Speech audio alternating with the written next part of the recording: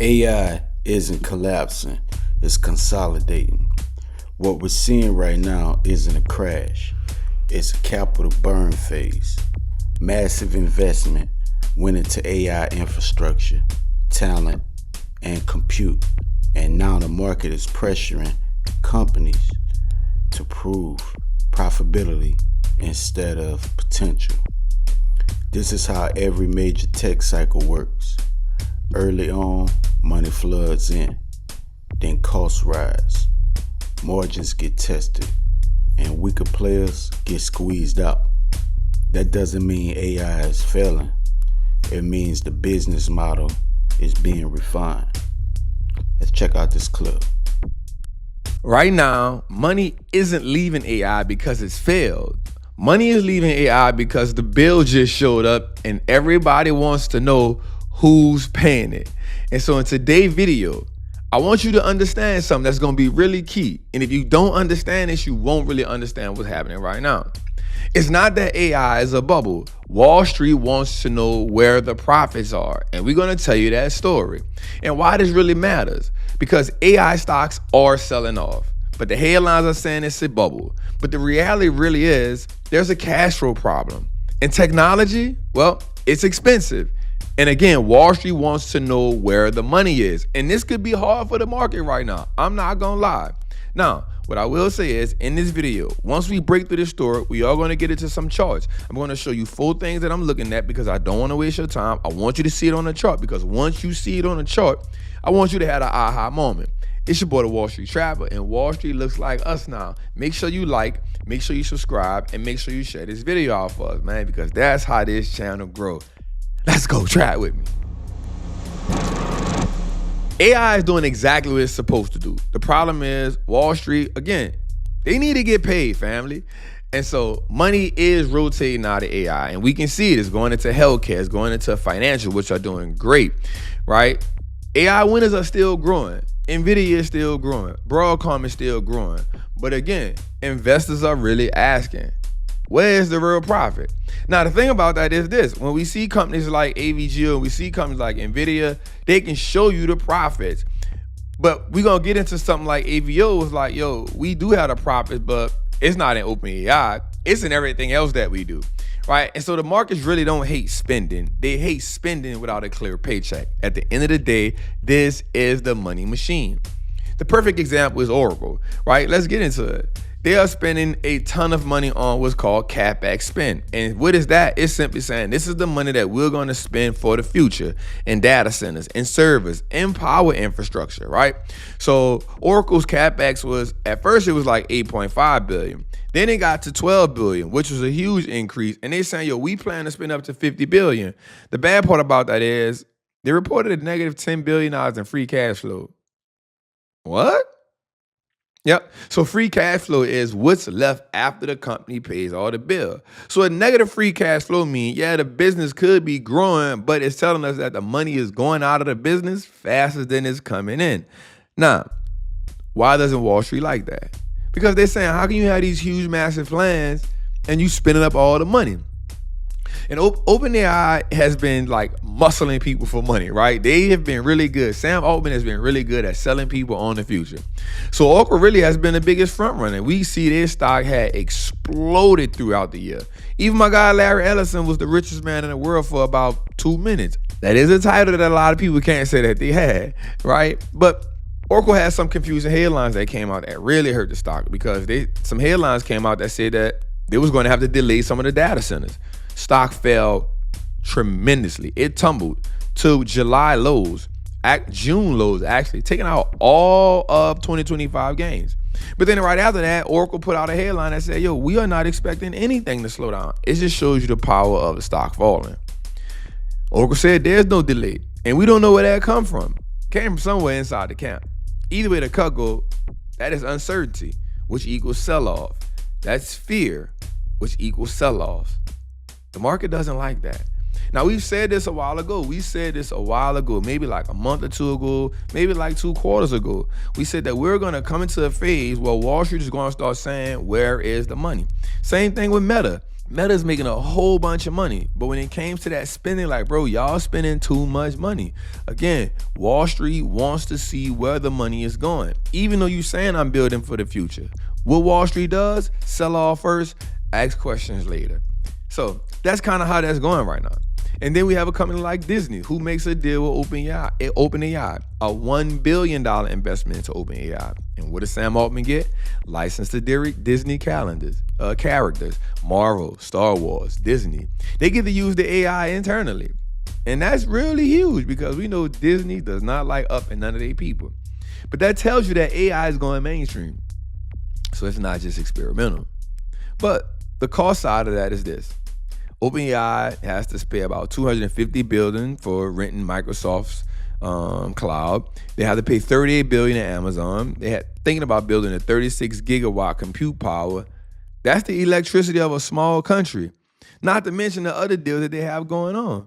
The problem with that is they scaling faster than they can profit.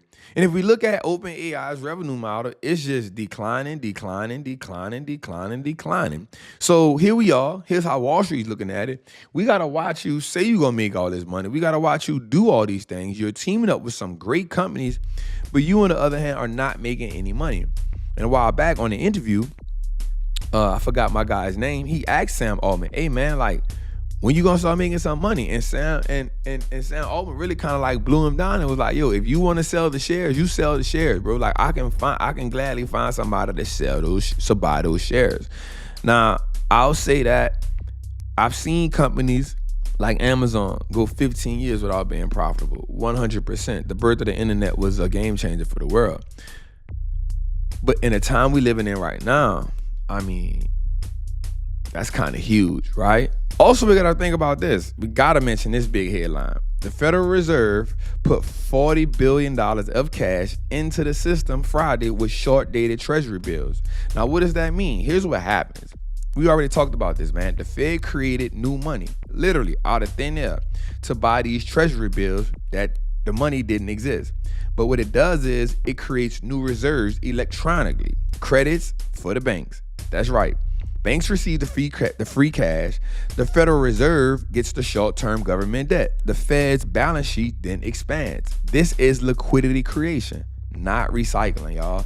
Banks receive the cash. Again, the Fed received the short-term bond, which is the asset. The Fed's balance sheet gets to grow. This is how liquidity now comes into the market. And the Fed specifically bought short-term treasury, which tells you two things. They're focusing on the immediate liquidity, not long-term stimulus. They're truly trying to manage cash flow stress inside of the banking system. And they do that by doing what? Printing money. Short-term and short-dated treasury bonds, that gives the Fed a right to do what? Collect cash, because they're going to get money off the what? The interest of that. But it also tells us that the bank need cash now. And we see the financials have been growing. This is tactical quantitative easing. That way they don't call it quantitative easing. Even though we all know it's quantitative easing. They're just trying to be real good at it, real good at stating it. This is liquidity easing, y'all. You can't shrink the balance sheet by injecting $40 billion at the same time. It just doesn't happen. So time matters. They sit there preparing for taxes and all this other good stuff. But don't be scared. Let me rephrase that. Don't be caught off guard if you see the Fed do another one of these so-called liquidity injections into the market. The Fed is acting before something breaks, which I truly feel is a good sign for the markets. Now you got to think about this. Liquidity doesn't hit stocks in one day. It moves in stages. Again, the reserve stabilizes the banks, credit conditions loosens, risk appetite returns, and asset prices go up. This is how multi-month rallies quietly begin. Not with fireworks, but just with little scratches in the air that you don't think is nothing. Now, here's what I will say. A pullback right now does mean what we want to happen. Now, what I will say is it doesn't mean that the money is going to go straight into technology. But what it can say is we do have a broadening market. And I truly agree that we have a market that's broadening. I truly agree. And we see it in healthcare. We see it in financials. We see it in different parts of the market. Now, let's just go back to something else we talked about, right? When we talked about Oracle, right? And we talked about OpenAI. Think about this. Companies like Broadcom, right? One of my faves. They had an amazing earnings. Semiconductor revenue was up 74%. Earnings were strong. But guess what the CEO said? He said, well, we probably won't be seeing no meaningful revenue from OpenAI till 2027, anywhere between 27 and 2029. What did that do? Stock falls 11%. The company is making money, hand over fist. But the market is saying, so you're paying today and we get paid later? We don't want to hear that. This is important for us to understand. Now, while the AI is not a bubble, we do have to go through these transitions. I don't think this is bearish. I think this is a timing risk. I think that market just wants to see money because a lot of people are so super bullish on OpenAI. I truly think OpenAI is the culprit here. I truly think OpenAI is the culprit here, right? So I'll say that AI isn't a bubble. I will say AI is just a cash cycle. And here's the 4 cycles that it has to go through. It has to go through massive spending. Then it has to go to infrastructure build. And then it has to go through monetization. And then it has to go through what's called margin expansion, which is the money. I think we're somewhere between phase 1 and phase 2 because the phase 3 just hasn't happened yet. And that's always the most uncomfortable part. And so while we see things happen, I would truly suggest to anybody, like, if you're betting on AI and you're buying hold, make sure it's a long-term play, at least 3 to 5 years out. But at the same time, you still can get quality companies like NVIDIA, like Broadcom, because these companies actually make money outside of just OpenAI and that investment there. Now, we do have to be mindful for the spending of one going to another one, the recycling of spending. But again, we look at companies like OpenAI. We look at companies like AVGO, MU, and these type of companies. These companies are already profitable. Now, let's get into the chart. As I'm looking at this chart, like, here's a couple of things that I just want us to see first and foremost, right? First thing, we're gonna look at the current candle that we on, right? The current candle, and I'll do this, matter of fact, so people can really make sure we're on the same line. This is the current candle, and we'll just put a text on there that says current candle, right? So that's our current candle. So let's just take a time to just look at that candle and identify that candle. And what is it saying to us right there? So we know that off the rip, we see that we were at, and we're on the weekly right now, right? So we can see that we hit previous all-time highs, right? We hit it twice, right? But we do see that this candle closed almost inside of this other candle, right? Now, I won't say that this is bearish at all. I will say from a weekly perspective, this candle it's a small body red candle that closed inside of a green candle. It didn't take it all the way out at all, so I'm not mad at that, right? It didn't take out the open. I will say, and this is an area that I keep telling us we need to be mindful of, we keep looking at, right? This is the area that just matters to me, and it's going to always matter to me, right? And I think as long as we stay above that, we good, right? And I think when we add our indicators on top of that, right? I don't think it's nothing for us to be scared of. I don't think it's nothing for us to be, oh, the world is about to fall. I don't think that. I'm still cautiously optimistic of the market and where is that right now. I do think there is a time where we look at certain levels, and this is why we look at certain indicators, and those indicators tell us where we are. We don't have to speculate about anything, right? So if we look at it on the weekly, we see that we still have a bullish, we're still in a bullish uptrend. We do know for a fact that we are still above the Twin Towers, which is this area right here. Again, no offense to anybody that was affected by that horrible day in America. I'll change that color. We still are above our Twin Towers, which is good, which is 675. And I think that's just truly a key level that we need to look at. Again, we above the 20, we above the 50. We got our 20-day curling up, which is good, which is a strong side from a weekly perspective. And I like to look at the weekly because I am 100% a swing trader and elite trader. So this matters to me. If you're a day trader, this might not matter to you as much, right? And so I think we still strong here, but let's go a little further. Let's go into the daily. All right, and so as we get to the daily, I see the same thing. We see our top here we touch. We see our top here that we touch. I'm not mad at that. We still above our 20. We still above our 50. Again, we are above our twin towers, which is here, which I think will be a massive key level on this chart, which is here. That's our line. So 675 will be what we're looking for on our daily chart. I think as long as we stay above that. But I'm also not mad at the thought or the idea, hear me when I say this, of the market coming down. I'm not mad at the idea of, because we know just from a technical analysis perspective, we need to create a higher low in order for us to bounce off to go up. So I'm not mad at seeing something like we bounce off this 20-day, come back, and then go up, challenge all-time highs again.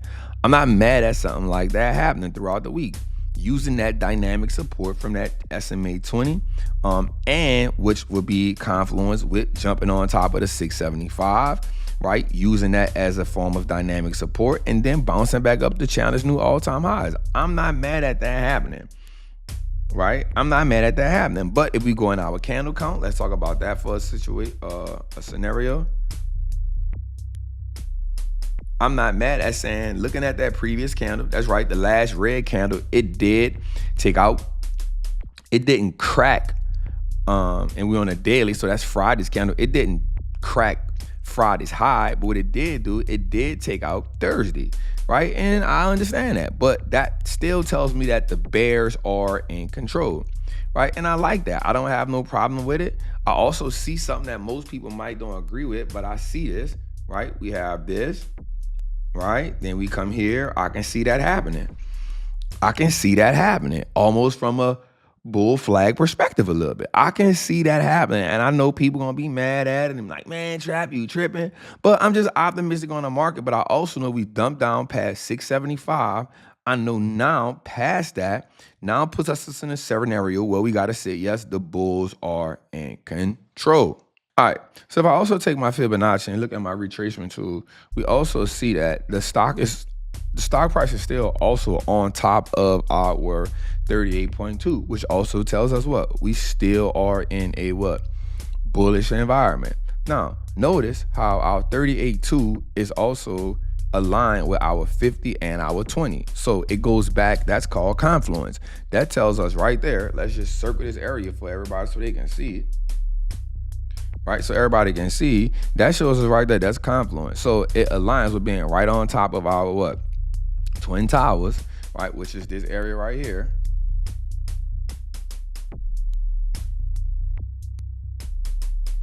And that shows us that we right on line. So that gives us another idea that 675 is truly, truly a key area for me for the S&P 500. Now, here's what I will say.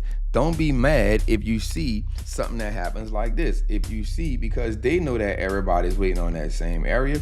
Don't be mad if you see something like this. Take those buy orders out and then go back to all-time high, right? Because then we know what? We've created a low, right? And then we've created a high. And then we've created a what? What we created here, I need you to say it in the chat. A higher low. And then that brings us back to all-time highs, higher lows at the market reload. So that's just something I'm looking at. If I'm looking at the SPY, I'm not panicking. I'm not being all fearful. I'm just understanding what's supposed to happen and what I'm looking for to happen. Now we break that 675. Then now we get back inside of that choppy water, which would be really hard for us to get back outside of. So that's what I'm looking for when we're looking at the S&P 500. Now we got to go look at the Qs because the Qs are a little bit different. So when I look at the Qs, I come right back. I mark off my areas, which is here. Right now, something real interesting happens with the Qs. Now they still give me the same thing, which is what? My neckline right there, which has the multiple touches, which is key. I cannot deny that line. Right, then we come back and we also got to touch what? Our all-time high. That's important. We got to touch that. Right, now something real dope happened on the Qs that's interesting. Now on the Qs, what we have is we have these two bars right here. Now the outside red bar is equal to this bar. So to me, it's almost like what I would call, I was talking about this weekend in my class. It's also like compression, right? So it's not too big. It's not taking it all the way out. It's just like a compression stage. Now, what I will say is the Qs have not challenged all-time highs again, right? So that is going to be an interesting point for us. They have not challenged all-time highs. And because they haven't challenged all-time highs like the S&P, because we see everything that's going on, that is essential. That is important for us to pay attention to. Now, we know that they're under pressure, a lot of pressures. But for me, I'm not mad at the Qs either right now. Again, a key level for me would be the neckline, but 595 is really interesting because that's on top of our what? SMA 20. This is important. As long as we're on top of that, I'm okay with that. But let's go to the daily. All right, so as we go into the daily, we see something that's real interesting here with the Qs. And I said that the Qs are a little bit more different than the S&P. Why? Because it's a huge tech sell-off. Now, this is a huge large body red candle. We understand that. And then what we see that this red candle is on top of our SMA 20, is on top of our SMA 50, is in a process it could be breaking it. But also we see our 20 SMA flattening out. We don't like that. I don't like that. I don't like when it flat out. We want to see it curve. But also we go back into so we're gonna come from swing low here, right? So we come to our swing low here. Another thing that we see is we see that this large body red candle has broken our 382, which is important because that short term on top of that is strong short-term bullish trend. Now we've broken down that and got into our what? We've got into our 0.5. Now, which is considered a healthy trend. Now, I want to do something here that's going to be important, and I want everybody to see it. Again, we go back inside our Twin Towers. This is important for areas to see. We get on top of our Twin Towers. Now, if it falls to the 0.5, which is considered the equilibrium, that is not a true Fibonacci number, but it's an equilibrium. It's a line in the sand.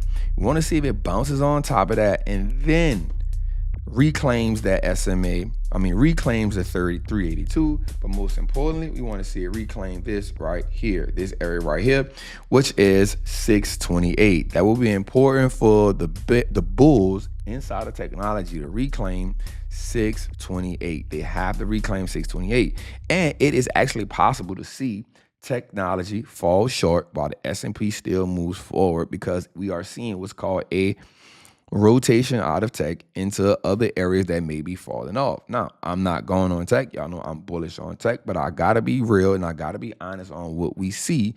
And what we are seeing is that happening. So we want to see the Qs jump back on top of 628.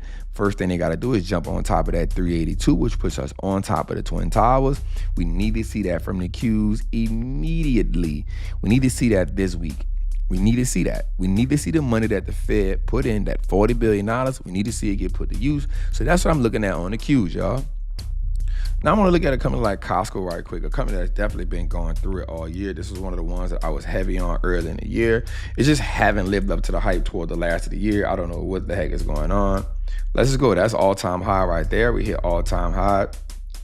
And then from there, we just truly just been on the downside. Now, here's something that's interesting that's been happening with Costco. When I looked at it, it actually broke this here, which lets us know what's going further down. And then it came and challenged this here, and it broke it. Now, we are underneath there, which is here where the support is.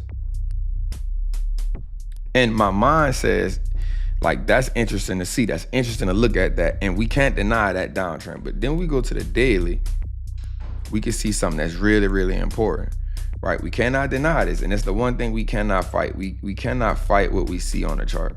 And we should never try to fight it. We should never attempt to fight it. We should never attempt to fight what we see on the chart. All right, so we see that easily. Not hard to see, not hard to pay attention to, right? But one of the things I want to do is say, if it breaks here, if it breaks this and it doesn't hold up, and we can see this is key support right here. This is a key level for it to hold up on. We see touches. We see we get close. We have all closed. Then we get here. We see that, like, right? So if we break that, then out to me, you have two other levels. And I want to change the color on these. The first level I see, this importantly, is this is major support here. This is the major where it stops the downtrend. And then I would think my next line would be somewhere right about here, right on top when it comes up off of there.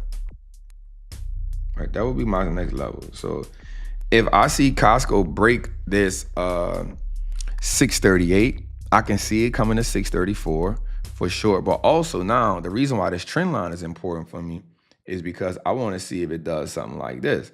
I want to see if it comes, challenges the trend line and come back down, right? Or does it get on top of the trend line? So that would be really important for me to see with Costco. Like, does it load up? Remember, in a downtrend, the corrective phase is when it goes up. So that would be the corrective phase, and then this will follow suit. Remember, there's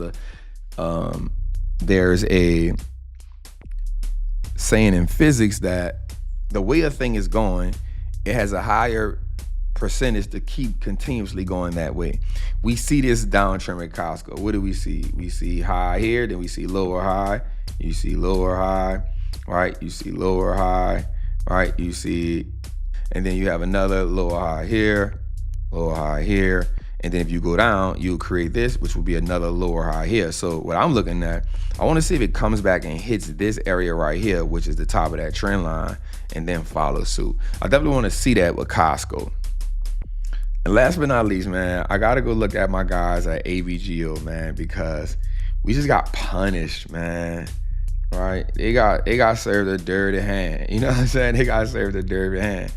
And so you see this almost took this candle out. Definitely this is going to be a pivotal week for them.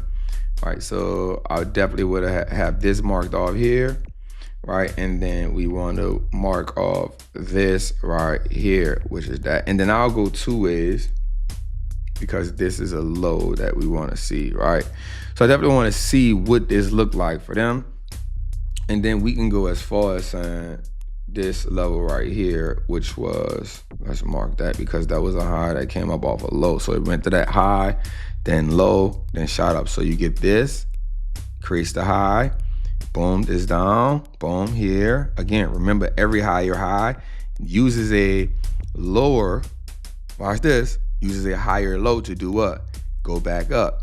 Uses a higher low to do what? Springboard back up. So let's go to our daily, and let's see what that looks like.